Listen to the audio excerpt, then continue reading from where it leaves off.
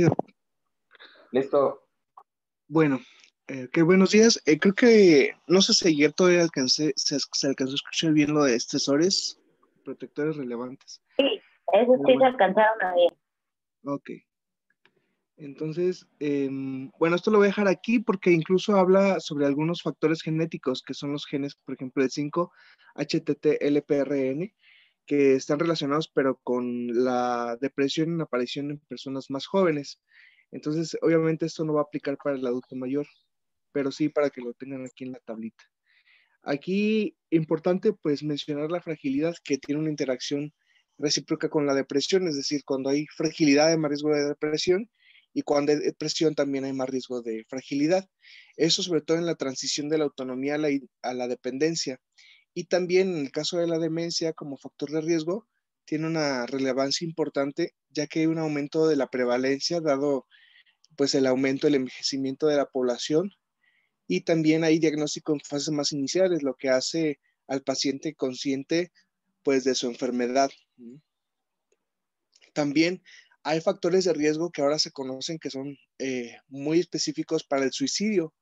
Esto pues también coincidieron los expertos en el consenso del año pasado que el aislamiento social y la presencia de la enfermedad somática o la discapacidad pues son factores importantes para riesgo de suicidio. Para el diagnóstico, pues se conoce obviamente los criterios del DSM-5 y el CIE-10, que son pues, los más ampliamente conocidos. En cuanto a las enfermedades psiquiátricas, la referencia siempre es el DSM-5 y el diagnóstico de depresión mayor se efectúa cumpliendo los siguientes criterios, que son 5 o más de los siguientes síntomas siguientes durante un periodo de al menos 2 semanas y que van a representar un cambio en el funcionamiento previo. Y al menos uno de esos síntomas tiene que ser un estado de ánimo depresivo o la pérdida del interés o del placer, que es la anedonia. Aquí los voy a enumerar, que es el estado de ánimo deprimido, la disminución importante del interés o placer sobre actividades que antes sí les causaba placer o interés.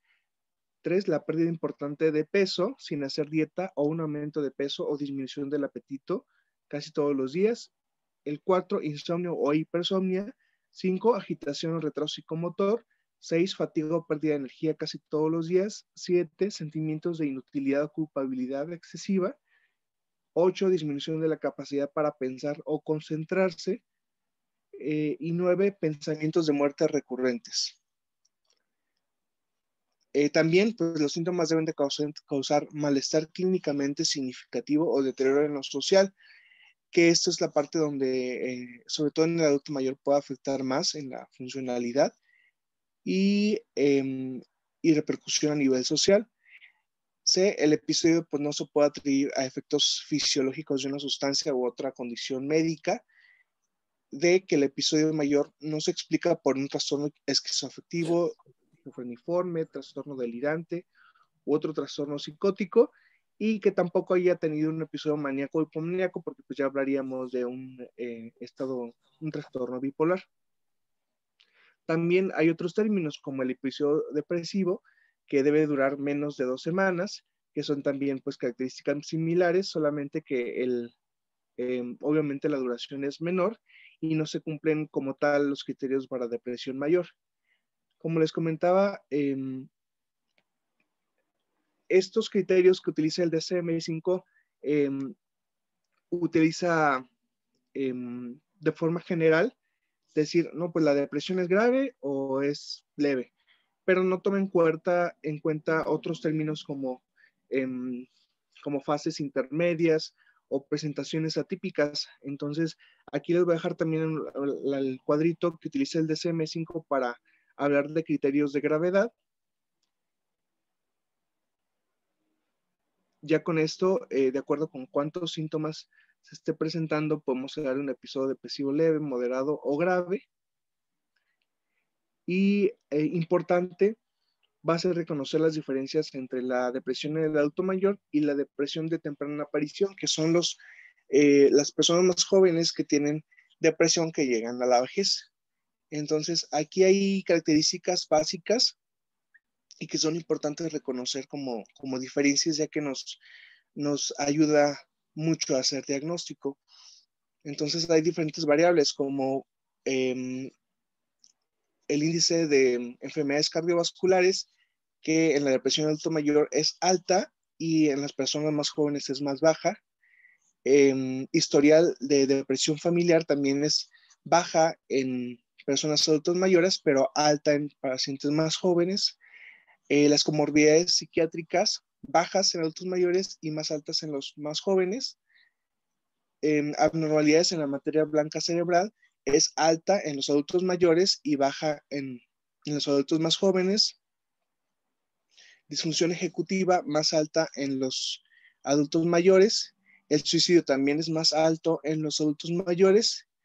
Y la apatía y los cambios psicomotores también son más altos, más frecuentes en el adulto mayor. En cuanto al consenso que se hizo el año pasado, el concepto de depresión del adulto más jóvenes, del adulto mayor frente a la depresión de inicio en edades más tempranas, aunque los síntomas de la depresión de inicio temprano no se van a diferenciar en lo fundamental, es decir, generalmente sí se cumplen los criterios del DSM-5.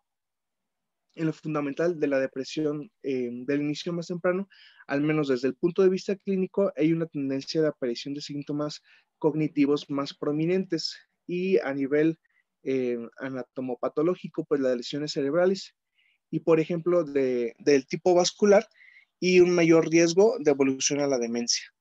Entonces las personas con depresión pues sí tienen un mayor riesgo de evolución a la demencia, y por eso es importante reconocerlo. También hay mayor presencia de ansiedad y síntomas hipocondríacos en los mayores, junto con una menor expresión de tristeza. Eso es muy, muy característico en los adultos mayores, y hay un mayor nivel de ideación suicida y repercusión funcional en los mayores. Siendo que, como les comentaba, en el CIE-10 y en el DSM-5, bueno, ya en el CIE-11 también, no se reconoce diferencia alguna entre los síntomas, pero pues nosotros sí sabemos que hay diferencias o rasgos claros en la depresión en el adulto mayor. Ahora, en el adulto mayor va a ser más frecuente encontrar irritabilidad o enojo, agitación, ansiedad, preocupación, pérdida del apetito con pérdida de peso, somatización, deterioro cognitivo y alteraciones de la memoria.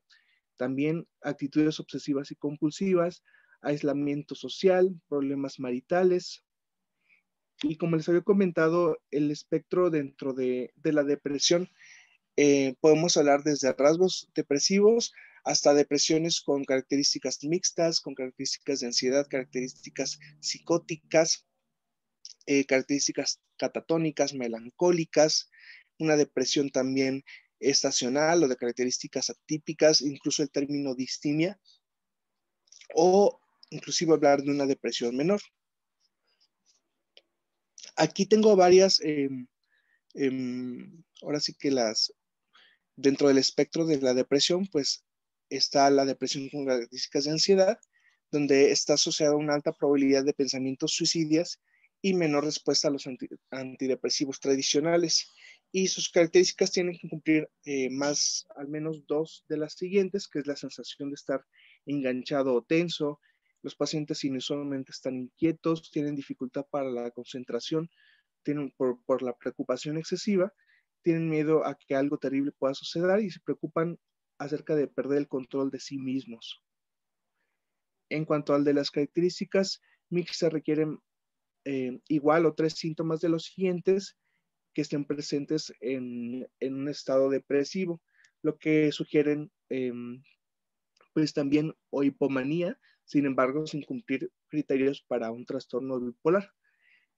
Aquí encontramos estado de ánimo elevado, autoestima elevada o ideas de grandiosidad, mayor locuacidad de lo habitual, fugas de ideas o pensamiento acelerado, incremento en la energía o en las actividades y disminución del sueño. Entonces, obviamente, estos pacientes tienen más riesgo de generar también un trastorno bipolar. Los que tienen características melancólicas tienen pérdida del interés en casi todas las actividades o anedonia en tres o más de los siguientes. que es una calidad distintiva del estado de ánimo deprimido, síntomas que regularmente empeoran por la mañana, se despiertan temprano en la mañana, generalmente 2 horas antes, hay anorexia o pérdida de peso significativa, pueden presentar marcado retraso o agitación psicomotriz y una excesiva o inapropiada culpabilidad. 25 a 30% de sus pacientes con trastorno depresivo mayor tienen características melancólicas. Los que tienen características atípicas pueden ocurrir hasta en 40% de los trastornos depresivos y generalmente el estado de ánimo mejora temporalmente en respuesta a acontecimientos positivos. También presentan más o dos de las siguientes, que es el significativo aumento de peso o aumento del apetito, la hipersomnia, la sensación de parálisis de plumbea, que es una sensación de pesadez, sobre todo en las extremidades, la sensibilidad interpersonal, que es una reacción exagerada a la crítica o al rechazo percibido. Entonces, también son muy frecuentes estas características atípicas en el adulto mayor. Los que tienen características psicóticas tienen delirio y o alucinaciones. O sea, obviamente el delirio pues son ideas intrusas en la mente y las alucinaciones que pueden ser visuales o auditivas, generalmente más auditivas. Y aquí puede ocurrir en cualquier grado de trastorno depresivo y las características psicóticas son congruentes con temas de incapacidad personal, culpa, enfermedad, muerte, nihilismo o castigo merecido. Y las alucinaciones que generalmente son auditivas, puede ser oír voces acusatorias o condenatorias, o inclusive algunas alucinaciones visuales.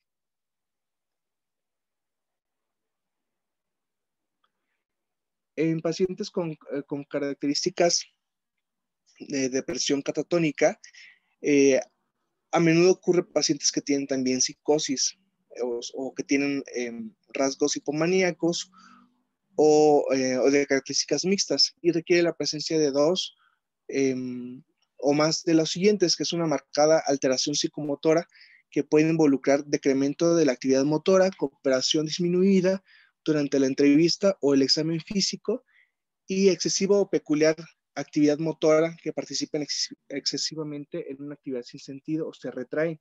También los pacientes suelen gesticular o imitan el habla, pueden tener ecolalia o también imitar el movimiento. Por ejemplo, encontré este video de un paciente que tiene catatonia, que generalmente tienen esta resistencia a los movimientos, poca interacción con las personas, aversión, que está incluida en el negativismo. Entonces también podemos encontrar a pacientes con estas características, que tengan mutismo y que tengan que sobre todo pues no haya cooperación. Eso es súper breve.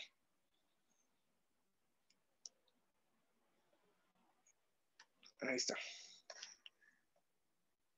También se encuentra el término de depresión estacional, donde es una depresión recurrente que se produce en una época particular del año, que es en el otoño o el invierno. Las remisiones también suelen tener un patrón estacional, es decir, el paciente con depresiones recurrentes durante el otoño generalmente remite con la primavera.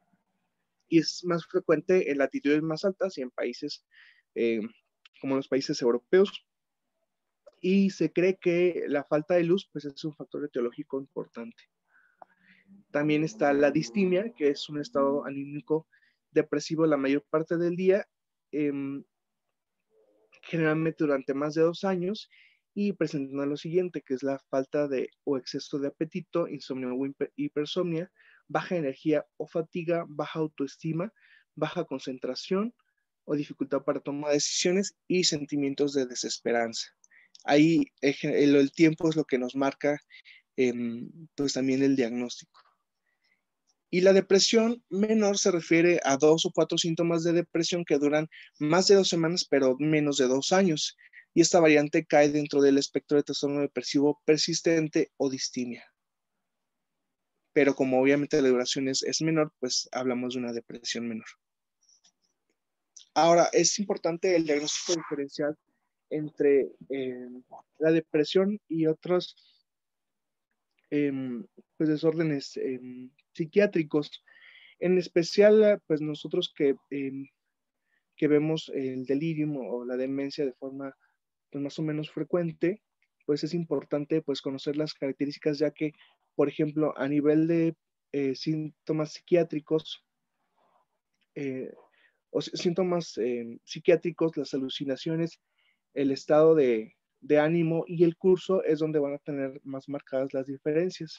Obviamente, cuando hablamos de depresión, el inicio es variable, el estado de conciencia, pues generalmente, pues no hay alteraciones en el estado de orientación de conciencia, la orientación se mantiene, la atención está disminuida, la memoria generalmente está intacta, las fluctuaciones diurnas generalmente no están presentes o son menos comunes, pero si están presentes, en la mañana generalmente son peores, como les comentaba en los pacientes con características melancólicas.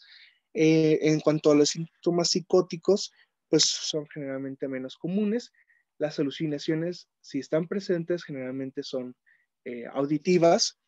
El ánimo, generalmente pues la tristeza, y el curso generalmente pues no fluctúa, a diferencia del delirium donde podemos encontrar las fluctuaciones en el curso, también fluctuaciones en cuanto al estado de ánimo, y las alucinaciones donde son habitualmente visuales o táctiles.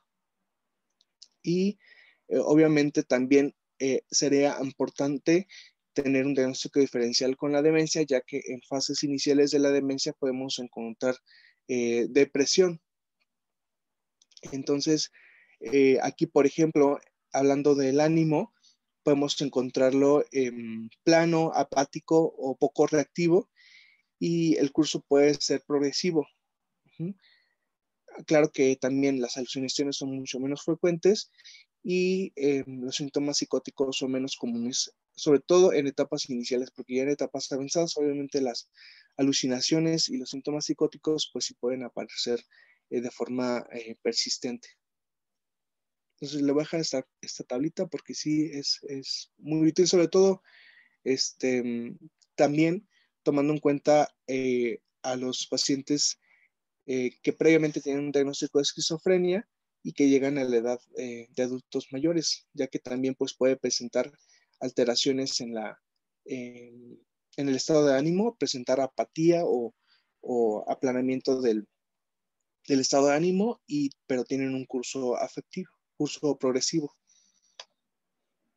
Ahora, en cuanto al consenso del 2020 de la Sociedad Española de Psicogeriatría, estaban todavía un punto de discusión es el término de pseudodemencia, ya que este alude a la aparición de síntomas de deterioro cognitivo y funcional tan prominentes que remedian la presencia de un síndrome demencial, pero en realidad se debe a un cuadro depresivo.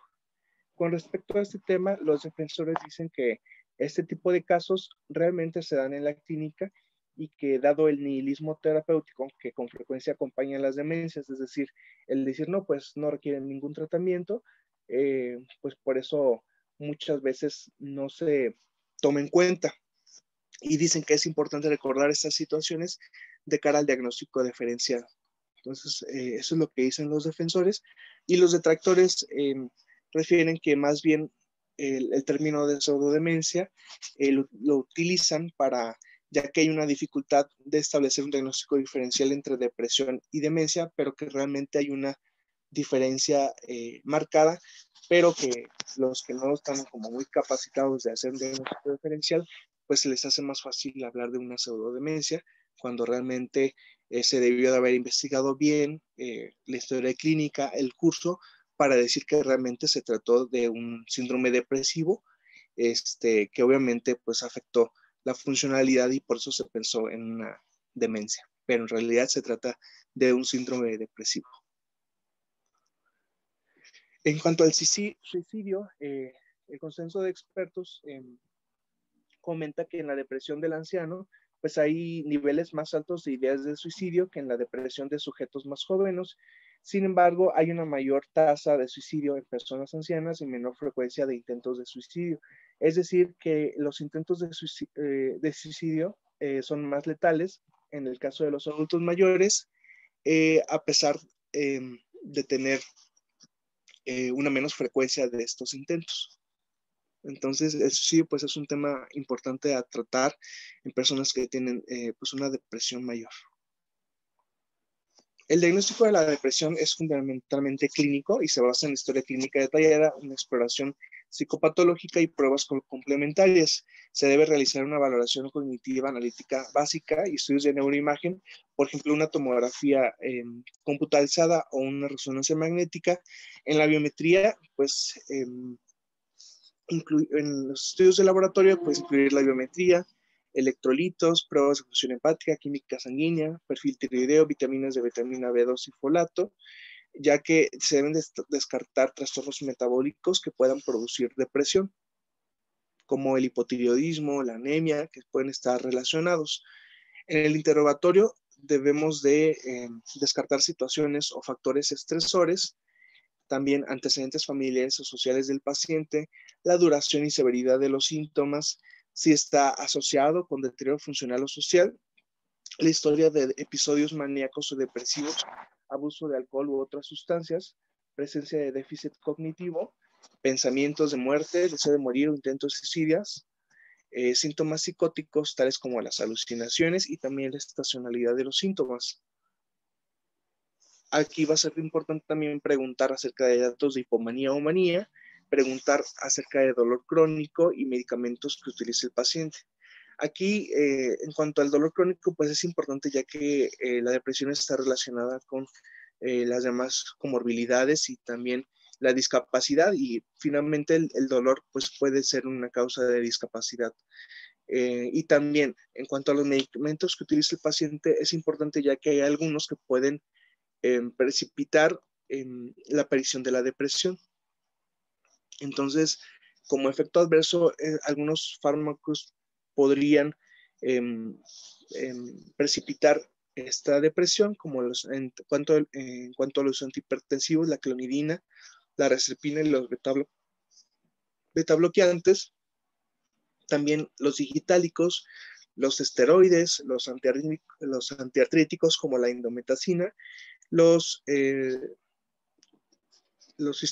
sustitutivos hormonales como los estrógenos, progesterona, testosterona, esteroides y también los anticonceptivos.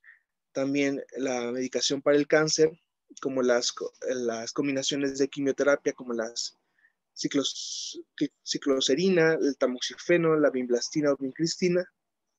Algunos tranquilizantes o hipnóticos como el diazepam, el triazolam, el solpidem, los analgésicos como la codeína, y todos los opiáceos, y también la medicación antiparkinsoniana como la levodopa y la bromocriptina, y otros como los medicamentos los antirretrovirales para VIH y la medicación utilizada para tratar la hepatitis C. Entonces, va a ser importante en la historia clínica, pues hablar de la historia psiquiátrica, si hay el historial en cuanto a su historial médico, si hay presencia de dolor crónico, polifarmacia, problemas de adherencia y revisar también la medicación que está utilizando el paciente. En cuanto a la historia social, las estresores o pérdidas recientes, el apoyo social, la red de apoyo y también en cuanto a la historia familiar, si hay historia de demencia o historia de suicidio. En cuanto a la exploración, pues una exploración general completa y a nivel neurológico, pues también una exploración completa, a descartar también otras enfermedades donde en su curso pueda aparecer la depresión, como la esclerosis múltiple, la enfermedad de Parkinson o en trastornos neurocognitivos. Aquí podemos utilizar también, ayudarnos de cuestionarios como el Minicoc, el Mini-Mental y el Montreal. En cuanto al diagnóstico, pues va a ser importante un tamizaje. Hay dos preguntas muy sencillas que podemos utilizar, que son preguntas clave de escrutinio y tienen una alta sensibilidad con no tanta especificidad, pero la sensibilidad es importante. Por ejemplo, bueno, sería la primera, decirle al paciente, oiga, durante el mes pasado se ha sentido deprimido o sin esperanza. Y segunda, durante el mes pasado se ha sentido con poco interés o placer en hacer sus cosas. Estas dos preguntas tienen una sensibilidad del 97% y una especificidad del 67%. Otra opción de tamizaje es hacer una simple pregunta y decirle al paciente, ¿se siente usted triste o deprimido? Bueno, al menos a los no tantos pacientes que he visto que sí hay sospecha de depresión, generalmente hacemos la pregunta, ¿se siente deprimido? ¿Está deprimido? Y muchas veces nos contestan que sí. Entonces, a veces con una sola pregunta podemos tamizar y decir, no, pues vamos a hacer ahora sí, con una respuesta positiva, hacer escalas de clinimetría que nos pueden ayudar a darnos una idea y también hacer el diagnóstico. Si hay una respuesta positiva, debemos de utilizar la escala de Jesabach, ya que es la herramienta considerada más eficaz para la detección de depresión en adulto mayor, con una sensibilidad del 97% y también una especificidad del 85%. Hay una versión corta de 5 ítems, pero generalmente solamente es para tamiz, y la que está validada también para población mexicana es la de 15 o 30 reactivos. Esta es la escala reducida de 15 reactivos. Es sencilla porque nada más se puede decir sí o no. Y bueno, en total son 15 puntos. Ahorita no vamos a hablar de toda la clinimetría, pero solamente lo voy a dejar aquí en la presentación por si queremos consultarlo. Aquí de las preguntas, por ejemplo, ha abandonado sus tareas habituales y sus aficiones, siente que la vida está vacía, se siente con frecuencia aburrido. O sea, son preguntas sencillas. Entonces sí es útil para hacer diagnóstico. También se encuentra la versión de 30 preguntas y en general no se han encontrado diferencias significativas en cuanto a la sensibilidad y especificidad si utilizamos una u otra. Entonces, podríamos recomendar, o sea, si no tenemos tanto tiempo, pues realizar la de 15 preguntas y en realidad no haría tanta diferencia. Si se realiza la escala de 5 reactivos con 2 preguntas positivas, pues es afirmativa para depresión. En el caso de la de 15 reactivos, con 6 preguntas positivas, y en el caso de 30, con 15 preguntas afirmativas.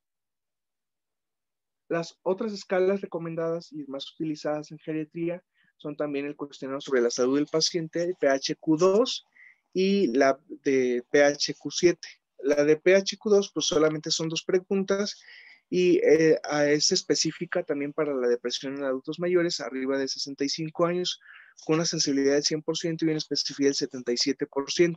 Aquí también, como solamente son 2 preguntas, pues solamente nos da para hacer cribaje, pero para ser más específica, pues se debe utilizar la de PHQ-7, que es útil también para monitorear la respuesta al tratamiento y también la sensibilidad y especificidad debe ser similar en torno a los 90%. Hay otra escala que es la escala de Hamilton, que es una escala heteroaplicada que va a ser diseñada para pacientes diagnosticados previamente con depresión, es decir, los pacientes que se diagnosticó en la etapa adulta, pero que llegaron a la vejez, pues es más útil para más que nada ver evolución y respuesta al tratamiento. En el PHQ-2 se hacen estas dos preguntas. Se pregunta, durante las últimas 2 semanas, ¿ha estado molestado por alguno de los siguientes problemas? Por ejemplo, un poco interés en hacer las cosas y el sentirse deprimido o desesperanzado. Y es responder de 0 al 3, es en cuanto a la qué tan frecuente, pues cuando dices que no, muchos días, más de la mitad de los días y casi todos los días. Entonces, en este cuestionario de salud del paciente 2, una puntuación de 3 o más es el 83% sensible y 90% específico para un diagnóstico de depresión mayor. Y cuando hace las demás preguntas, cuando haces ya el cuestionario de PHQ-9, pues son 9 preguntas que también utiliza la misma medición de escala y nos pregunta si hay poco interés o placer en hacer las cosas, si se ha sentido decaído, deprimido o desesperanzado, dificultad para dormir o permanecer dormido, se ha sentido cansado o con poca energía, con poco apetito o ha comido en exceso, se ha sentido mal con usted mismo, ha tenido dificultad para concentrarse, se ha estado moviendo o hablando tan lento que otras personas podrían notarlo, ha pensado que estaría mejor muerto o se le ha ocurrido lastimarse de alguna manera. Aquí se dice que hay un trastorno depresivo mayor si hay 5 ítems puntuados, al menos con más de la mitad de los días o casi todos los días, y al menos uno de los ítems positivos corresponde al punto 1 o al punto 2. En el trastorno depresivo menor, de los 9 incisos 2, 3 y 4, se indicaron con al menos más de la mitad de los días. Y de acuerdo a la puntuación, hablamos de depresión mínima, leve, moderada, moderadamente grave y grave. Y la escala de Hamilton, pues nos habla sobre el humor depresivo, tristeza, desesperanza, desamparo, sentimientos de utilidad. Y aquí vamos a decir si está ausente, marcándolo con 0. Si se expresan solamente y se preguntan, si es de forma espontánea, si no es comunicada verbalmente o si se manifiesta ya en su comunicación verbal y no verbal de forma espontánea, hasta el número 4. Entonces, nos habla de diversos rubros, pues el humor depresivo, los sentimientos de culpa, el suicidio, el insomnio precoz, el insomnio intermedio, tardío y el trabajo y las actividades, así como también la inhibición psicomotora y la agitación psicomotora, ansiedad psíquica, ansiedad somática, síntomas gastrointestinales, síntomas generales, síntomas genitales, hipocondría, pérdida de peso, introspección. Y nos escala al paciente como no deprimido, como una depresión ligera o menor, depresión moderada y depresión severa. Entonces, esto es todo con respecto a la clinimetría y ya seguiríamos hablando del tratamiento. No sé si hasta ahorita hay una duda, comentario.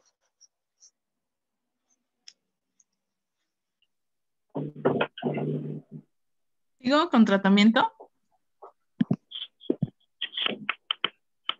¿Quién habla? ¿Sí?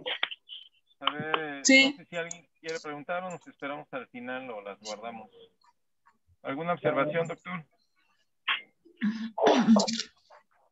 Nada más que el monas como que tiene dislexia. Es QH9, no 7, dijiste como 1000 veces 7. Ah, sí. Bueno, eso sí. Vamos a ir un cuento desde el día 1. Más bien le hace falta lentes. Ok. Creo que el doctor no quiere comentar nada. ¿Seguimos entonces? Sí, doc. Voy. ¿Sí se ve mi pantalla? Sí, sí se ve. Ya no. Ah, sí, ya se está cargando. Okay. Bueno, vamos a ver en este apartado de depresión en el adulto mayor. Si durante la ponencia tienen alguna duda o hayan leído ustedes algo diferente, pues pueden interrumpir, no sé, no tengo ningún problema con eso. Bueno, vamos a ver que inicialmente la depresión no es una consecuencia normal del envejecimiento, ni es una respuesta psicológica esperada ante la pérdida de la salud. Su presencia siempre debe evaluarse y tratarse. No es normal que el abuelo siempre esté triste. Entonces, este término o este concepto de viejismo que nos encasilla al paciente adulto mayor como deprimido por default, entonces eso no está correcto. El adulto mayor no tiene por qué estar deprimido, entonces siempre tenemos que investigar y si es recomendado pues, tratar este padecimiento. Bueno, vamos a ver los factores que vamos a considerar previos al inicio del tratamiento. Uno de ellos son las comorbilidades, la farmacología del medicamento inicial, sus interacciones farmacológicas, sus efectos secundarios, la eficacia y lo principal, la individualización del tratamiento. Bueno, vamos a hacer una adecuada evaluación de la sintomatología previa al inicio del tratamiento. Una pues, es la evaluación inicial de los síntomas con las escalas que ya nos mencionó Monasterio investigar sobre las ideas suicidas del paciente, si tiene una idea suicida aguda que requiera una referencia urgente al psiquiatra, investigar sobre síntomas psicóticos, investigar si el paciente utiliza medicamentos con efectos secundarios depresivos, como ya los especificó Monasterio, y considerar otras condiciones médicas, así como determinar el historial de episodios depresivos anteriores en el paciente, a qué edad inició, qué terapias o qué medicamentos ha tomado el paciente, sus resultados con esos medicamentos y la duración de las remisiones previas en caso de que hubiera remisiones previas, y determinar antecedentes familiares de depresión y respuesta familiar a los medicamentos. Bueno, el tratamiento de primera línea pues es la psicoterapia y la terapia somática, que puede ser medicamento o terapia electroconvulsiva. La mayoría de las guías dicen psicoterapia y medicamento, ¿no? Bueno, en este metaanálisis, ahí les puse un metaanálisis de 89 estudios controlados centrados en el tratamiento de depresión en el adulto mayor de manera aguda y otros trastornos depresivos, con un total de 5.328 adultos mayores que recibieron farmacoterapia o psicoterapia, concluyendo que la psicoterapia y la farmacoterapia no demostraron diferencias significativas, estableciendo la elección del tratamiento en otros criterios como contraindicaciones, accesos al tratamiento o preferencias del paciente. Bueno, en este metaanálisis los compararon una u otra, pero pues ya se ha demostrado que el gold standard y el número 1 es la terapia combinada. Bueno, estas son las guías de la Sociedad Americana y terapia inicial, primera línea, psicoterapia y farmacoterapia. Nada más lo estoy reiterando para que quede claro que es como lo primero y que casi todas las guías o todas las guías así lo recomiendan. Con respecto al tratamiento combinado, la Sociedad Americana recomienda la terapia cognitivo-conductual o interpersonal más un antidepresivo de segunda generación. Sobre las terapias me llama la atención porque pues yo no tengo experiencia sobre el tipo de terapias y cuál tiene mayor evidencia. Aquí la Sociedad Americana nos está recomendando la cognitivo-conductual o interpersonal. Sin embargo, aquí les puse un estudio donde los autores compararon la eficacia de la terapia de resolución de problemas contra una terapia de apoyo. Esto va a ser en un grupo de ancianos con deterioro de las funciones ejecutivas. Este estudio es preliminar y sugiere que la terapia de resolución de problemas es eficaz para reducir los síntomas depresivos y la discapacidad en pacientes con depresión mayor más disfunción ejecutiva. Bueno, esto es a considerar y también de las características del estudio. Es un estudio muy pequeño, es de 25 pacientes y la vigilancia nada más fue a 12 semanas. Entonces a lo mejor pues no es tan relevante.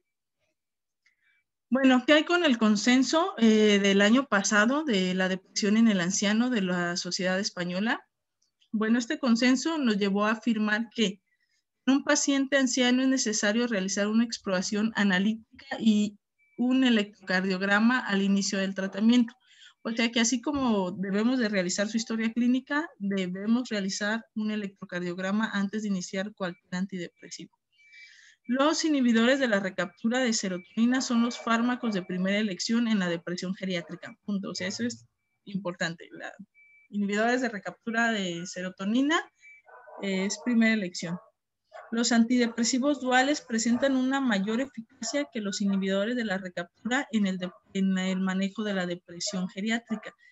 Y por aquí podemos pensar, o sea, ¿por qué si los duales presentan una mayor eficacia que los inhibidores de la recaptura siguen siendo primera elección?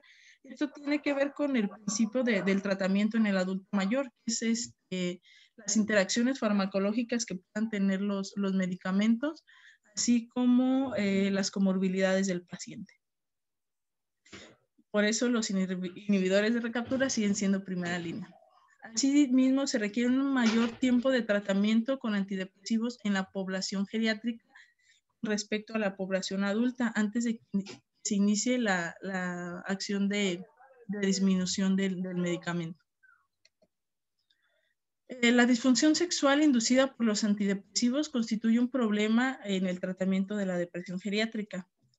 tras un episodio depresivo se debe mantener el tratamiento a dosis eficaz durante un periodo de 1 año. Esta es la recomendación de los españoles. Más adelante vamos a ver qué dicen los americanos sobre los tiempos y el mantenimiento del tratamiento. Españoles dicen que 1 año, ¿no? Y en la depresión geriátrica se ha instaurado un tratamiento indefinido con antidepresivos a partir del segundo episodio de depresión. O sea, ya cuando es su segundo episodio, ya iniciamos o consideramos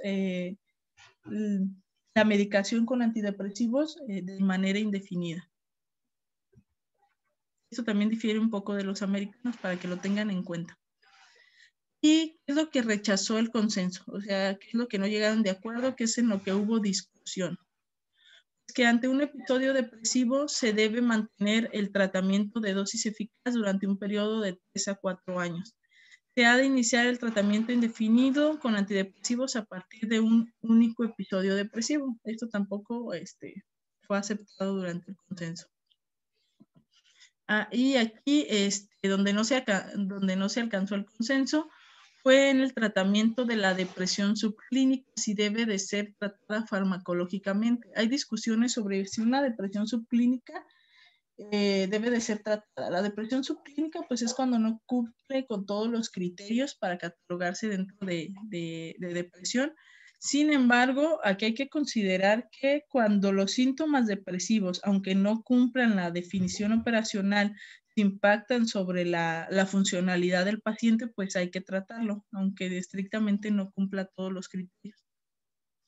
Y en general el tratamiento de la depresión en el anciano, los fármacos duales son de primera elección. Bueno, aquí se contradice con lo primero que dijo, pero aquí es donde el consenso no se llevó. O sea, la mitad de los médicos decía que sí, que los inhibidores de la recaptura seguían siendo la primera línea, aunque los duales fueran más eficaces. Sin embargo, por lo que ya dijimos de interacciones y el tratamiento integral del paciente, pues continuamos con los inhibidores de la recaptura. Entonces no se llegó a ningún a cambiar esta recomendación. Y la introducción de antidepresivos incrementa en los ancianos deprimidos el riesgo autolítico al principio del tratamiento. Esto tampoco se corroboró ni se llegó a ningún consenso. Y los ancianos toleran mejor los antidepresivos duales que los inhibidores de la recaptura. Hubo también opiniones contradictorias. Y tras un episodio depresivo en el anciano se debe mantener el tratamiento en dosis eficaz de 6 meses a 2 años. Pero la recomendación sigue siendo 1 año. Entonces, estos son los puntos donde no se logró un acuerdo o unificar criterios. Bueno, este cuadrito también es del consenso del año pasado de los españoles y nos habla sobre la elección del fármaco antidepresivo en función de las comorbilidades médicas ya existentes. Es una de las factores más importantes para nosotros tratar la depresión en nuestros pacientes, las comorbilidades. Y nos habla sobre fármacos recomendados, una opción razonable y los medicamentos que debemos evitar. Por ejemplo, la cardiopatía isquémica, el infarto, arritmias, hipertensión arterial, que ya vimos que el riesgo cardiovascular pues, es el más asociado a la presencia de depresión. Pues esto es algo muy importante porque lo recomendado para pacientes, por ejemplo, con cardiopatía isquémica, pues es la sertralina, así como en arritmias e hipertensión. O sea, si ustedes se dan cuenta, la sertralina es de las que tienen mejor perfil cardiovascular.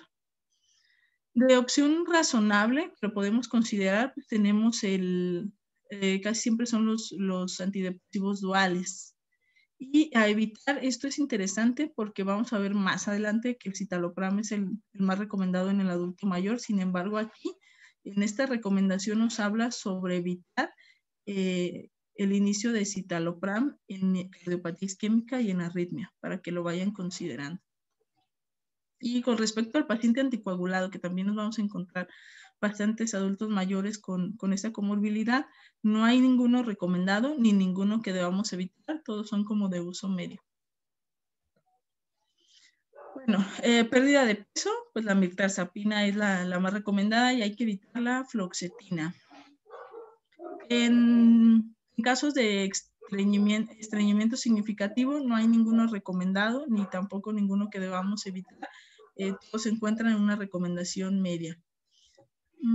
El riesgo de hemorragia digestiva, aquí sí es importante evitar la fluoxetina. Casi en todas las guías nos habla sobre evitar el uso de fluoxetina en pacientes con riesgo de hemorragia digestiva. Riesgo de hiponatremia, pues no hay ninguno que nos recomienden. Hay varios en recomendación media. Igual, hay que evitar la fluoxetina en riesgo de hiponatremia. Y el citalopram y escitalopram. En la somnolencia, pues el recomendado es el bupropión y aquí hay que evitar la mirtazapina. En síndrome de caídas en el adulto mayor, no hay ninguno que esté recomendado al 100%. La mayoría se encuentra en recomendación media y el que debemos evitar es la nortriptilina. Disfunción sexual, esto sí es importante porque la mayoría de los, dice la literatura, que la mayoría de los adultos mayores se quejan de afección en el ritmo sexual con la ingesta de medicamentos antidepresivos. Y aquí las opciones, pues, es, por ejemplo, mirtazapina o bupropión para no dañar la función sexual del paciente. En recomendación media, pues, la vortioxetina. No recomendada es la fluoxetina y la paroxetina. Glaucoma, que también es común en nuestra población, los que debemos de evitar es la venlafaxina y la mayoría se encuentra en recomendación media.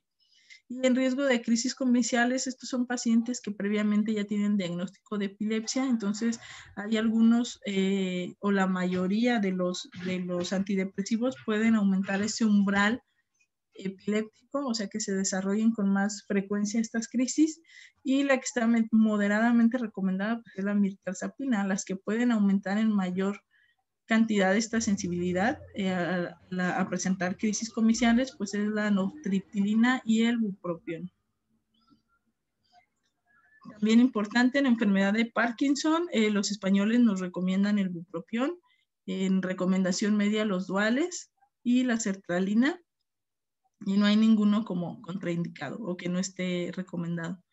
Deterioro cognitivo, no hay ninguno que recomienden, y sin embargo se encuentran en recomendación media la mayoría de los antidepresivos, contraindicado la nortriptilina. Esto es común, las enfermedades que cursan con dolor, pues ya sabemos que la primera línea pues, son los antidepresivos duales, y en segunda opción la nortriptilina. Bueno, ¿cómo vamos a iniciar el tratamiento? Ya que evaluamos al paciente, que vamos a individualizar, que vimos sus comorbilidades, que checamos interacciones farmacológicas, ¿cómo se inicia el tratamiento? Aquí, por ejemplo, este es de la guía española, no es del consenso, es de la guía española, nos habla sobre depresión leve, moderada y grave, de acuerdo a las puntuaciones que ya vimos con el doctor Monasterio. Vamos a ver que los españoles en depresión leve, moderada y grave y resistente recomiendan el uso de antidepresivos. Esto va a chocar un poquito con las recomendaciones americanas que vamos a ver adelante. Entonces, en depresión leve nos hablan sobre evaluación, apoyo, psicoeducación, intervenciones psicológicas, y sí podemos considerar el inicio de antidepresivos. Esto conforme si afecta o impacta sobre la funcionalidad del paciente. Depresión moderada, lo mismo, antidepresivos, terapias psicológicas, tratamiento combinado, ¿no? Que es lo mejor. Y lo mismo en depresión grave o persistente, farmacología, intervención psicológicas, tratamiento combinado, y aquí es donde es opción la terapia electroconvulsiva. Ya en depresión grave o depresión resistente. Bueno, vamos a hacer la revisión de esta revisión del JAMA del 2017 sobre la depresión en el adulto mayor. Puntos interesantes que nos pueden ayudar a tratar de una mejor manera a los pacientes. Bueno, hablamos que las indicaciones para el tratamiento con antidepresivos en adultos mayores son las mismas que para los adultos jóvenes. Y los fármacos antidepresivos están indicados para el tratamiento de la depresión grave con un pH-Q de 9 arriba de 10 puntos, la depresión leve a moderada, que puede ser mejor tratada con psicoterapia. Esto es lo que les comentaba. O sea, aquí en esta revisión del 2017, Americana nos habla que la leve a moderada podría ser tratada con psicoterapia. Sin embargo, pues la guía española nos dice que no, que puede ser opción desde el inicio, que yo la verdad creo que va más con los españoles, que va de acuerdo a funcionalidad y pues, en las comorbilidades de los adultos mayores pueden contraindicar o dificultar el uso de antidepresivos. Los adultos mayores pues pueden presentar poca tolerancia, poca respuesta a los medicamentos, así como el alto riesgo de interacciones farmacológicas y efectos adversos. Es importante porque a lo mejor va a haber un fármaco de primera elección, por ejemplo el citalopram, pero nuestro paciente tiene cardiopatía isquémica, con stent, con insuficiencia cardíaca secundaria a la cardiopatía isquémica. Entonces, aunque sea, y esté deprimido, aunque sea de primera elección el escitalopram, pues no está recomendado en la cardiopatía isquémica. Entonces, ahí sería buscar otras opciones y aquí es lo que nos habla este párrafo sobre la combinación y sobre que es más difícil tratar la depresión en los adultos mayores. Bueno, este punto también es interesante porque aquí el JAMA nos dice que los adultos mayores necesitan la misma dosis que los adultos jóvenes, a excepto de pacientes muy ancianos o con comorbilidad física. Sin embargo, en la mayoría de la literatura nos habla de que se recomienda iniciar al 50% de las dosis. Esto lo mismo, se va a relacionar con las comorbilidades del paciente. Más adelante vamos a ver lo que se recomienda, por ejemplo, de acuerdo a insuficiencia renal, a insuficiencia hepática y todo eso. Entonces yo creo que tiene que ver más con las comorbilidades del paciente que por si es un adulto mayor. Y por ejemplo, aquí en esta revisión del JAMA se ha encontrado que la adición de un antipsicótico como un aripiprazol más un antidepresivo, en este caso venlafaxina, obtuvieron una tasa de remisión del 44% en comparación con el 29% del placebo en pacientes con adultos mayores con depresión resistente al tratamiento. Aquí combinaron un antipsicótico y un antidepresivo, una resolución del 40%, pero esta es en una depresión resistente, para que le tomen en cuenta. ¿Por qué? Porque aquí está esta revisión sistemática donde se encontró que el único tratamiento que ha demostrado evidencia para el manejo de depresión refractaria en adultos mayores con una respuesta global del 42% fue el litio. Pero si ustedes ven, pues esta revisión es muy grande, pero es del 2011 y pusieron aquí el litio como la primera opción, ¿no? Y sigue siendo correcto, sigue siendo bueno, pero ya aquí en esta que es del 2017, ya encontraron que la aripiprazol y la venlafaxina pues, tienen una remisión del 44% y del 42%. O sea, podría ser un mismo nivel de recomendación para para manejos depresivos resistentes. Hay con respecto a la depresión y la fragilidad puede confundirse con depresión, lo que hace que los pacientes reciban fármacos antidepresivos de manera inadecuada. La fragilidad puede ser una comorbilidad, causa o consecuencia de la depresión. En este estudio prospectivo de 4 años se encontró que la fragilidad predijo el inicio de la depresión en todos los pacientes. O sea, podría ser un marcador de depresión como previo, como un aviso. O sea, si el paciente está frágil, a los 4 años puede indicar el inicio de la depresión en los adultos mayores. Bueno, para iniciar el tratamiento farmacológico, vamos a ver la elección del fármaco. En general, los fármacos antidepresivos tienen una efectividad hasta del 50 al 75%. Hay que seleccionar de acuerdo a efectos secundarios, tolerancia, seguridad, costo, que también es importante, y respuesta previa si el paciente ya tomó ese medicamento, si ya le funcionó, si no le funcionó. Una monitorización clínica periódica con la frecuencia necesaria. Estas recomendaciones nos hablan sobre una dosificación inicial del 50%. escalar dosis de acuerdo a respuesta y presencia de colaterales, y una respuesta terapéutica. La respuesta terapéutica usual o esperada es en 8 semanas.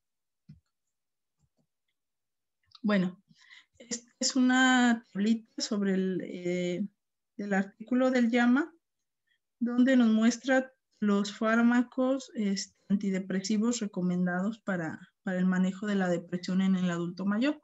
Aquí, pues de primera línea, los inhibidores de la recaptura de serotonina. Primero es citalopram o citalopram, paroxetina y sertralina.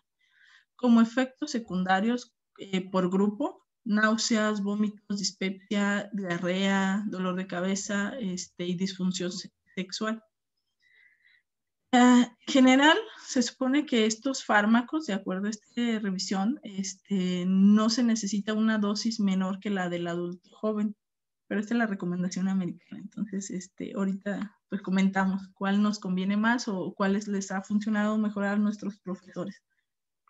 Y aquí lo reitera el artículo del JAMA sobre que son el fármaco de primera línea en el manejo de la depresión en el adulto mayor.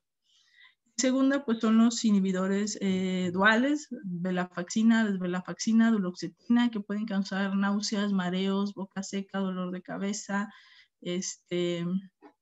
náuseas, y en general también nos habla de que no necesita una dosis reducida comparada con los adultos jóvenes.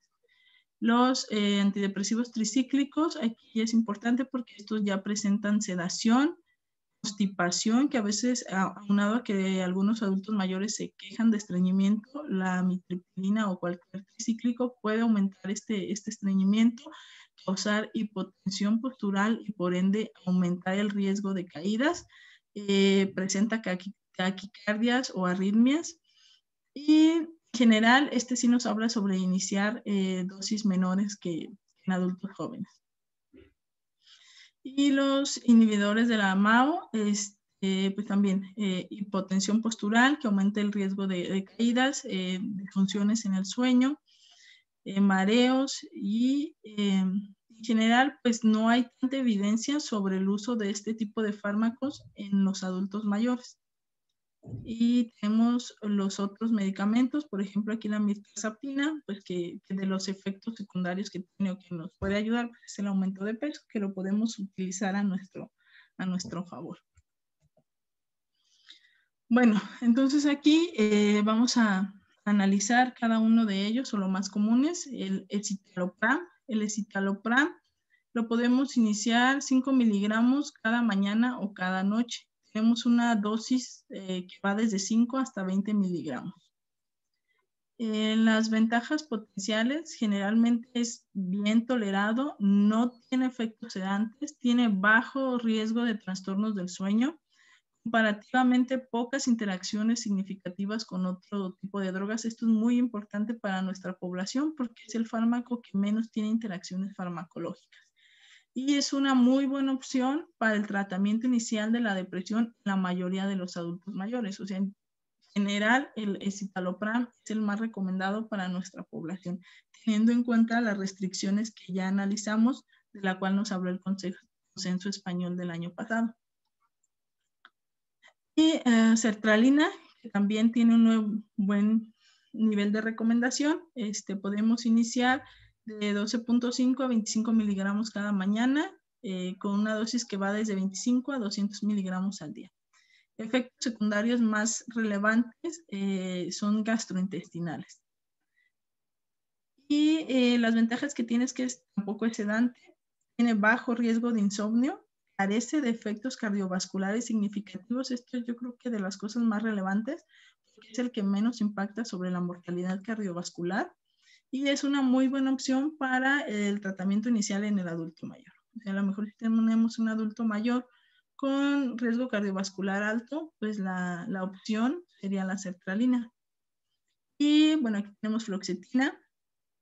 Se puede iniciar de 5 a 10 miligramos cada mañana hasta un tope de 60 miligramos al día. Sin embargo, tiene cosas no nos benefician en nuestra población. Por ejemplo, que tiene una vida media muy prolongada, que cuenta con metabolitos activos que requieren semanas para alcanzar su estado estable.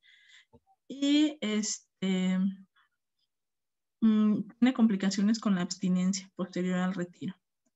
Entonces, el efecto activador, bueno, y lo bueno o una cualidad de la fluoxetina es que tiene un efecto activador que puede ser útil para el tratamiento de pacientes con baja energía o hipersomnia.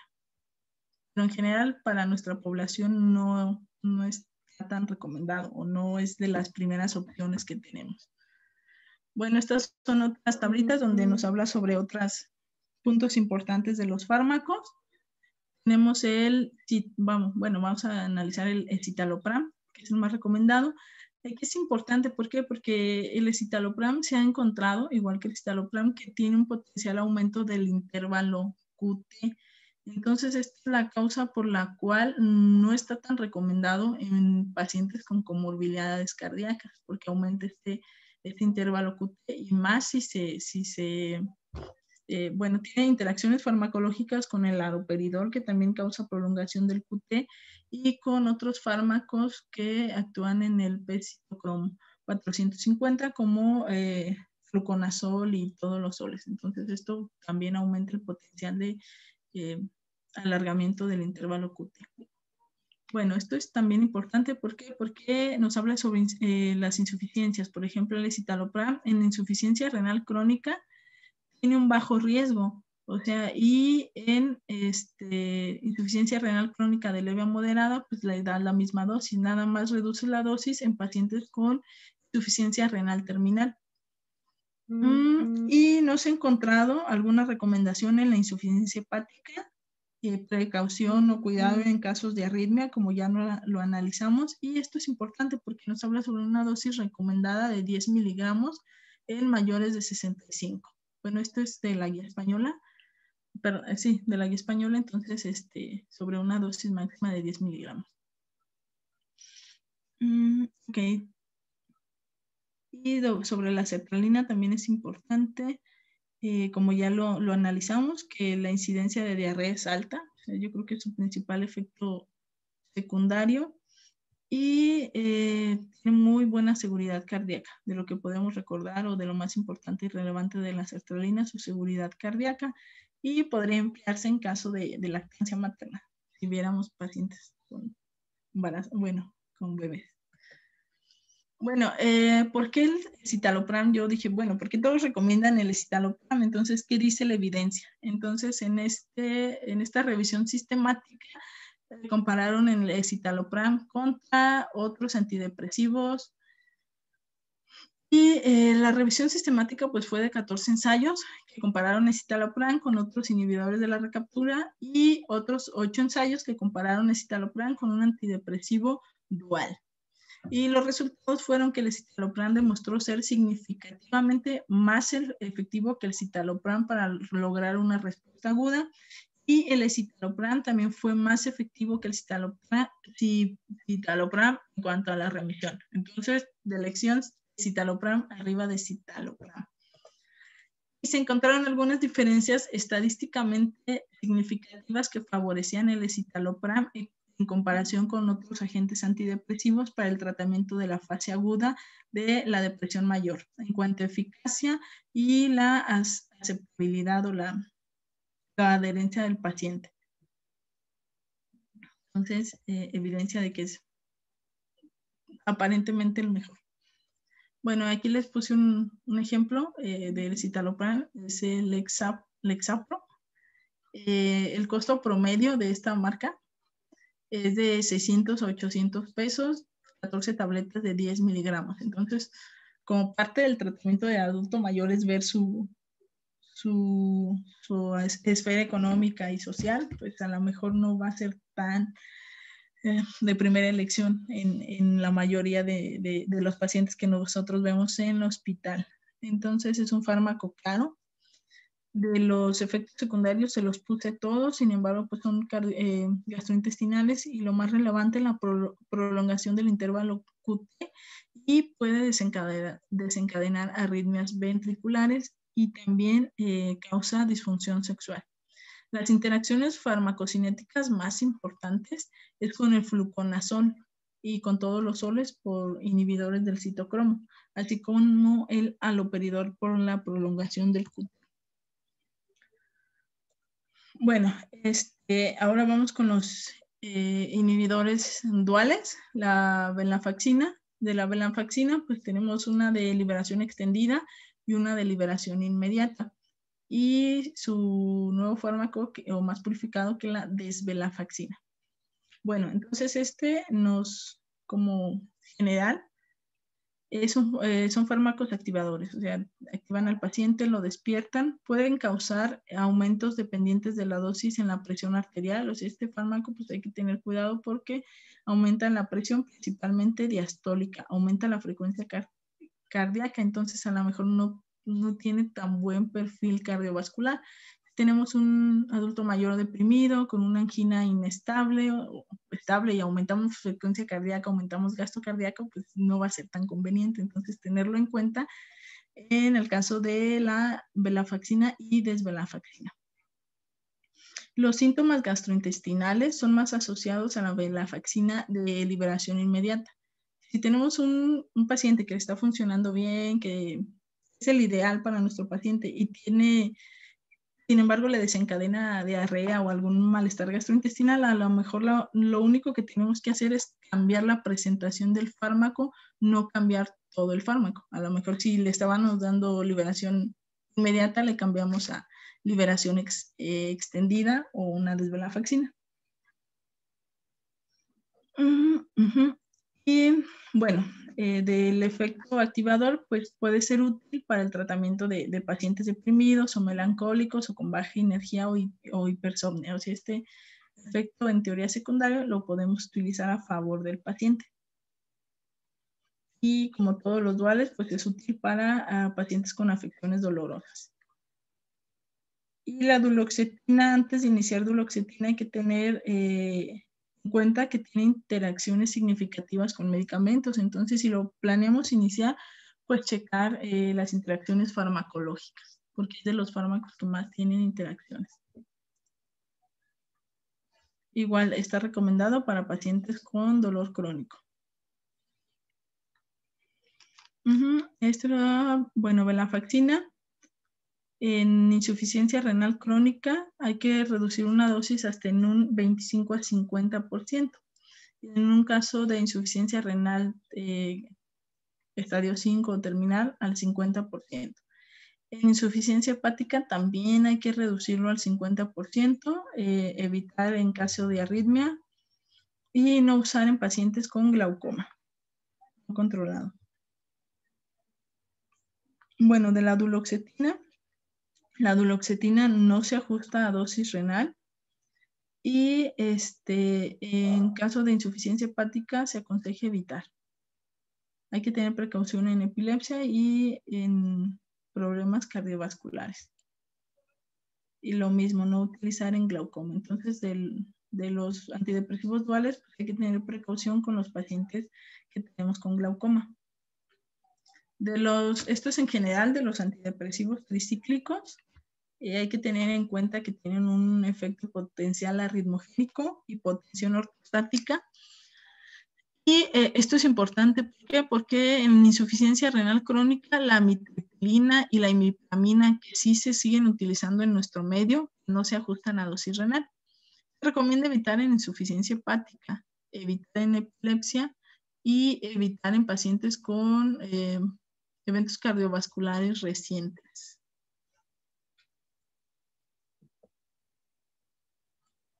Bueno, de otro tipo de medicamentos que también utilizamos, por ejemplo, la mirtazapina, que la podemos iniciar a 7.5 miligramos por la noche, con una dosis un intervalo de dosis que va de 15 a 60 miligramos cada noche. Tiene una vida media prolongada y metabolitos activos. Tiene riesgo de acumulación con insuficiencia renal hepática. Entonces, aquí sí es necesario reducir dosis hasta en un 50% de mirtazapina en enfermos renales crónicos o hepáticos. Efectos secundarios que utilizamos a nuestro favor, la somnolencia y el aumento de peso. Entonces, si tenemos un adulto mayor que no duerme y que necesita aumentar de peso, pues la mirtazapina sería el tratamiento ideal para él.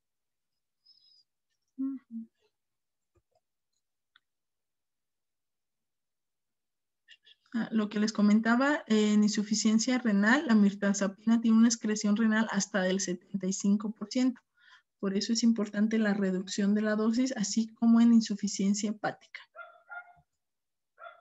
Bueno, esta es una tabla también de la guía española sobre la vida media. Es muy importante la vida media y de cada uno de los grupos de fármacos. Por ejemplo, el escitalopram tiene una vida media de 27 a 32 horas sin metabolitos activos. Entonces, esto es importante porque si se le pasa la dosis a nuestro paciente, pues sabemos que hasta en 27 a 32 horas se va a eliminar por completo. La fluoxetina, ¿por qué no está tan recomendada en adultos mayores? Una de las razones, pues, es la vida media. Ustedes ven la vida media en horas hasta de 144 y continúa con metabolitos activos. Y hay bibliografía que habla sobre hasta 22 días para eliminar por total el fármaco. Y así nos vamos con todos los fármacos y su vida media. La venlafaxina tiene una vida media de 3 a 13 horas. Son vidas medias cortas.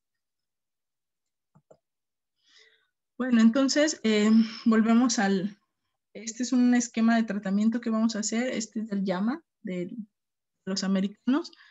Entonces, si nuestro paciente ya recibe tratamientos antidepresivos, ya elegimos el indicado para él, se lo iniciamos, o está tratado de manera adecuada, ¿qué vamos a hacer? En un año, si no ha alcanzado la remisión en un año, pues hay que considerar continuar con la terapia antidepresiva hasta el que alcance la remisión.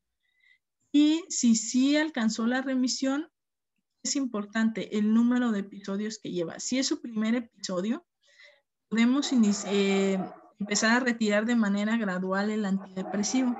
Sin embargo, si es su segundo episodio, hay que considerar continuar con el medicamento durante más de un año a una dosis efectiva. O sea, esto siempre es de dosis efectiva. El paciente ya se siente bien, si ya mejoró en los scores, si ya no tiene síntomas. Si es su segundo episodio, se continúa hasta más de un año. Hay quien nos habla de 18 meses. Y en las revisiones previas, cuando les comenté que había unas recomendaciones que nos hablan que desde el segundo episodio se podría considerar la permanencia del antidepresivo. Pero aquí nos habla que no, o sea, debemos considerarlo a más de un año, aproximadamente 18 meses. Y en el tercer episodio hay que considerar continuar con el medicamento durante más de un año o ya de manera indefinida. ¿Y qué hay sobre la terapia electroconvulsiva? Pues se supone que es el método más efectivo para la depresión, con una remisión hasta el 90%. Y es efectivo en el 50% de casos refractarios a manejo médico. Y contraindicaciones, pues eventos cardiovasculares recientes, tumores del sistema nervioso central. Aquí creo que nada más, bueno, que yo sepa, pues lo hace en tercer nivel la terapia electroconvulsiva.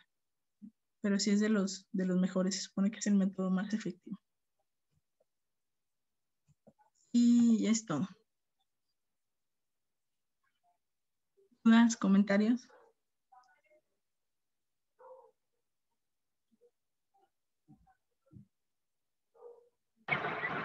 Gracias, Itlali, muy bonita tu exposición. Sí.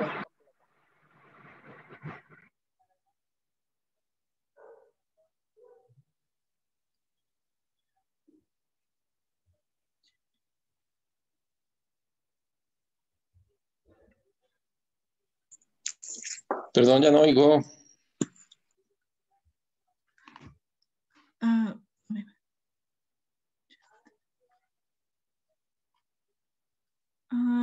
¿Dónde hay terapia electroconvulsiva? Se supone que yo de los lugares que sé es el Instituto Nacional, el de Psiquiatría, el Juan Ramón de la Fuente, es el que yo conozco que maneja, porque en siglo XXI ni siquiera hay hospitalización de no tiene.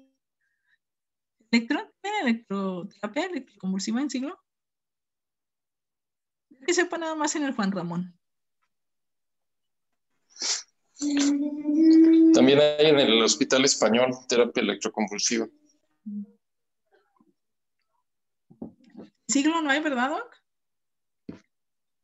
No creo. ¿Cómo? No, yo no me acuerdo haber visto. O sea, Como ¿En dónde? en siglo XXI. No, no hay. Ujú, De hecho, nada más en el de neurología ujú. y en el de español. Todavía está ahí en la habitación de la terapia electroconvulsiva. Ujú.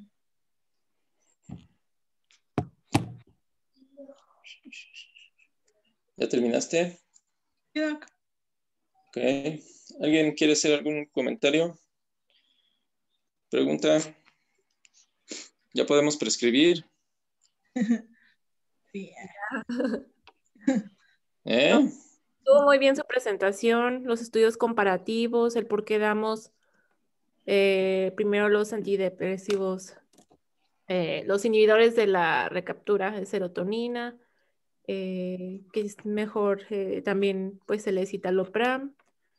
Pues sí, en general estuvo bien, abordó también sobre las comorbilidades, cuál podríamos usar de primera instancia. Y pues más que nada, ¿no? O sea que la depresión pues sí impacta mucho en la funcionalidad del paciente y saber en qué momento poder iniciarlos. Pero en general estuvo bien. Gracias. Ah, Doc, yo quería preguntarle algo. O sea, ¿usted qué opina sobre la recomendación? O sea, por ejemplo, los españoles dicen que desde una depresión leve o hasta subclínica, dependiendo de la funcionalidad del paciente, podemos iniciar el tratamiento farmacológico. Sin embargo, la revisión del JAMA del 2017 nos dice que no, que hasta una depresión grave. Ujú. Yo voy más con los españoles, la verdad. ¿Quién sabe por qué se enamoran tanto de los españoles? No sé, doctor. No Hacen sé. Pero en teoría estás clasificando como un episodio leve. O sea, ¿cómo clasificas? Entonces ahí tendríamos que decir, ¿cómo estás clasificando la depresión leve, moderada o severa? Y si me estás considerando leve es porque no tiene tanta afectación en su funcionalidad, ¿no? Supongo. Según yo, Entonces, es por los estudios. Con ¿Por qué? calma, porque se imbrincan. A ver, Citla. Bueno, según, bueno, del JAMA, la única escala que toma en cuenta en esta revisión del 2017 es la PHQ-9, entonces a lo mejor tiene que ver con las escalas que utilizan de manera diferente. Ujú. Pues ¿Alguien entonces más sería en tiene? base a los síntomas que tiene el paciente, ¿no? Entonces, si tiene muchos síntomas, yo lo consideraría como grave. Inicialmente, y bueno, aparte por el tiempo de evolución, ¿no? Entonces, si yo lo veo con mucha afectación o con mucha sintomatología, con muchas ideas suicidas, pues la verdad es que yo le iniciaría el tratamiento farmacológico. Y la psicoterapia, quizá nosotros como pediatras o, bueno, como médicos más bien, como que no consideramos mucho la psicoterapia, pero en donde vayas, por ejemplo, en neurología, siempre te dicen primero le das psicoterapia, o sea, como que va junto, ¿no? Psicoterapia y farmacología. Pero si lo consideras como leve, pues yo lo iniciaría solamente con pura terapia conductual y luego ya después ver la evolución. Ok. Yo tengo unos datos donde dice, o sea, donde dice que la leve es psicoeducación y psicoterapia y a partir de la moderada puedes ya utilizar combinada para la moderada y para la severa. No sé. Bueno, Ujú. es como lo que dijo Ale, creo, ¿no? No sé. Ujú. Ajá, esos son mis datos. Ay, Dios. Gracias para el examen, doctor. Sí, hablando del sobradurismo, dice. ¿Cuál va a ser la Este, respuesta correcta en el examen, Doc? bueno, la respuesta correcta en un examen va a depender del que lo haga. Punto. Ay, No, yo no puedo decirles así con categóricamente cuál va a ser la respuesta, porque también va a depender mucho de la experiencia de cada uno de los profesores e incluso de los psiquiatras, porque yo he tenido oportunidad de trabajar con varios, tanto psiquiatras, psicoterapeutas, psicogeriatras, y cada quien pues se acomoda, ¿no? tanto con algún criterio diagnóstico, con algún psicofármaco y dependiendo también de cómo le haya ido en su experiencia en cuanto a respuestas. Y en cuanto a psicoterapia en México, ¿qué impresión tienen o qué han visto, qué han oído en cuanto a que tú propongas psicoterapia a un paciente en México? Y ahorita, si quieren, yo les comento cuál es mi opinión sobre en qué momento tratar, si es leve, si es moderada, si es severa, en qué momento dar el psicofármaco. Y también lo que yo he entendido sobre la psicoterapia aquí en México. Pero ustedes, ¿qué han visto? Pues es que creo yo que en general que la psicoterapia en México todavía hay mucho tabú. Institucionalmente pues no hay mucha disponibilidad. Entonces, Pues no hay nada de pues, disponibilidad en realidad, ¿no? Porque hay un psicólogo en la mañana y uno en la tarde para todo el estado. Imagínense. Sí. Y aparte yo No sé. creo que el paciente se tiene que identificar con el psicólogo. O sea, si no, la primera vez psicólogo no fue de su agrado, pues no podemos hablar eso. Entonces tendrían que estar Sí. buscando a alguien más. Pero incluso afuera, que tampoco hay así como muchísimos psicólogos que tengan su consultorio abierto y que estén dispuestos a, tampoco afuera es tan fácil. Porque no, como ya lo mencionaron, hay mucho tabú y la verdad es que se les hace una pérdida de tiempo cuando van y empiezan a tratar de explicar tanto el psicólogo su estrategia como el paciente sus síntomas, y al rato dicen, es que nada más le estoy contando mis problemas y luego va a andar de chismoso, porque somos bien especiales los mexicanos en cuanto al asunto de la psicoterapia. Cuando yo era residente todavía decían que no funcionaba, que la psicoterapia no era una opción para el paciente mayor. Y al momento actual, 16, 17 años después, ahora dicen que es la primera línea de tratamiento. Entonces, así de grande ha sido el cambio en tan poquitos años y, sin embargo, tendremos que seguir batallando. Así que no crean que va a ser muy fácil, ¿eh? Aunque ustedes lo propongan, por un lado, convencer al paciente y por otro, que encuentren a un buen psicólogo que les ayude. Luego, lo que he hecho es tratar de encontrar psiquiatras que tengan mucha empatía, mucha apertura y que hagan buenos comentarios que les ayuden a precisamente ir elaborando sus procesos, como dicen ellos, para poder salir adelante del proceso de duelo. Lo cual, pues lo he conseguido yo aquí en Querétaro con una doctora que ya saben quién es, que es Nancy, básicamente porque tiene mucha empatía con los pacientes. Y sin embargo, en medio de los psiquiatras, ustedes preguntan, todo el mundo dice que es mala psiquiatra, que hace mal los tratamientos, pero en cuanto a psicoterapia les ayuda un montón. Entonces es una por otra. Yo personalmente tengo muy buena experiencia con ella. En cambio hay otros dos, un psicogeriatra y un psiquiatra, que se pronuncian como la neta del planeta, como dice José Juan, y pues nomás no los quieren y no los quieren. Entonces influye mucho, como mencionaron, que haya una buena comunicación, una buena relación paciente-psicólogo, paciente-psiquiatra, porque si no, no va a funcionar. ¿Sí? De lo que yo veo, ¿cuándo tratar una depresión? ¿Leve, moderada o severa? La moderada y severa, pues creo que no hay, ¿no? Pues hay que entrarle luego, porque si no nos puede ir peor y puede irle muy mal al paciente. En cuanto a las leves, en cuanto están impactando su calidad de vida, su relación sociofamiliar, el apego al tratamiento de las patologías previas, y que vemos que empiezan a tener disminución de su capacidad funcional, sus cambios fisiológicos, que empiezan a perder peso o empiezan a engordar, empiezan a tener mucha exigencia con la familia, empiezan a generar sobrecarga de cuidadores, a pesar de que sea leve, de acuerdo a los criterios, siempre considerar, por un lado, que es necesario tratar a ese paciente para evitar que progrese, y por otro, que puede tener ya sea síntomas diferentes, como lo mencionaron, que puede ser una presentación geriátrica, o sea, con síntomas atípicos, O que el paciente no esté tratando de engañar, está tratando de engañar a la familia diciendo, no es que no estoy deprimido, no estoy deprimido, simplemente no tengo ganas. Y luego son muy abusados porque saben contestar los exámenes, los cuestionarios. Tú les haces la pregunta directa, no, doctor, yo soy feliz. Yo sí. Casi yo bailo todos los días y canto, ¿no?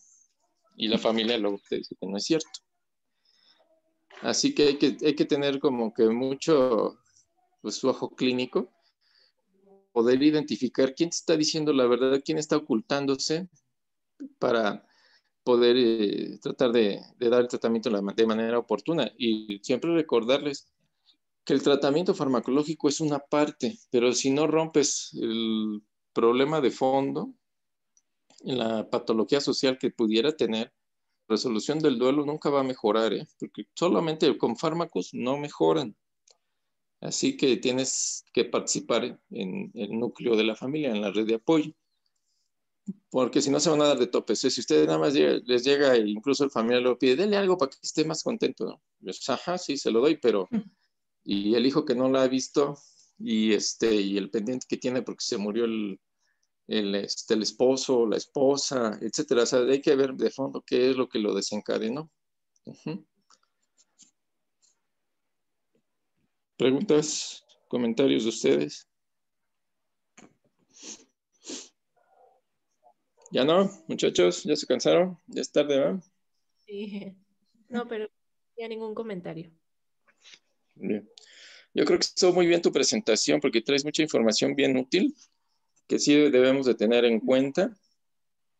Ahí también yo no estoy, bueno, sería cuestión de ver la evidencia, ¿no? De lo que están mencionando, por ejemplo, para la protección cognitiva, porque se ha mencionado en muchas ocasiones que el escitalopram es el que te puede ayudar para esa protección. Porque, bueno, pues está bien que sean los metaanálisis y todo eso, pero siempre hay que estar pendientes. Que yo sepa es el único que se ha recomendado para eso. Por ahí también mencionaron un tiempo la vortioxetina, que yo nunca he tenido buena experiencia con ese medicamento. La sertralina pues es el otro, que deberían de ser como de los que más ocupemos debido a su buena tolerancia, el buen espectro que tiene de interacciones y reacciones adversas, pero siempre les va a brincar una liebre por allí, ¿eh? Entonces estén muy al pendiente de los medicamentos y sus adversos, sus inicios, sus evoluciones. Las dosis máximas a mí me parece muy bien. Es raro que yo tenga, por ejemplo, con más de 100 miligramos de sertralina o más de 10 miligramos del escitalopram. Es bien raro a los pacientes mayores de 65. Si no está funcionando es porque algo más está pasando.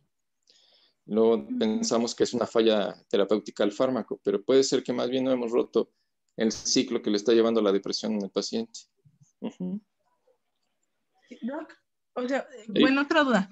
Por ejemplo, ¿usted con qué va más? ¿Con el inicio de dosis plena o inicio al 50%, por ejemplo, de las dosis? Ajá, al 50 o al 25% con incrementos cada 15 días. Y de inicio decirles que lo vamos a incluir progresiva y lentamente y que hasta que alcancemos la dosis estándar, y siempre hay que mencionarla, la dosis estándar es de TAM, y habiendo alcanzado esa dosis hasta 6 semanas después cuando vamos a ver el efecto completo. Pero mientras hagan las actividades distintas que uno les puede sugerir, incluyendo la psicoterapia, actividad física, acompañamiento, etcétera, todo aquello que le puede ayudar en el medio ambiente del paciente. Gracias. Ok. Bueno, podríamos comentar muchas cosas, pero ya lo bajamos aquí. Igual y mañana seguimos platicando o el viernes con el... ¿Sale? Vale, gracias. Órale, gracias. Chao.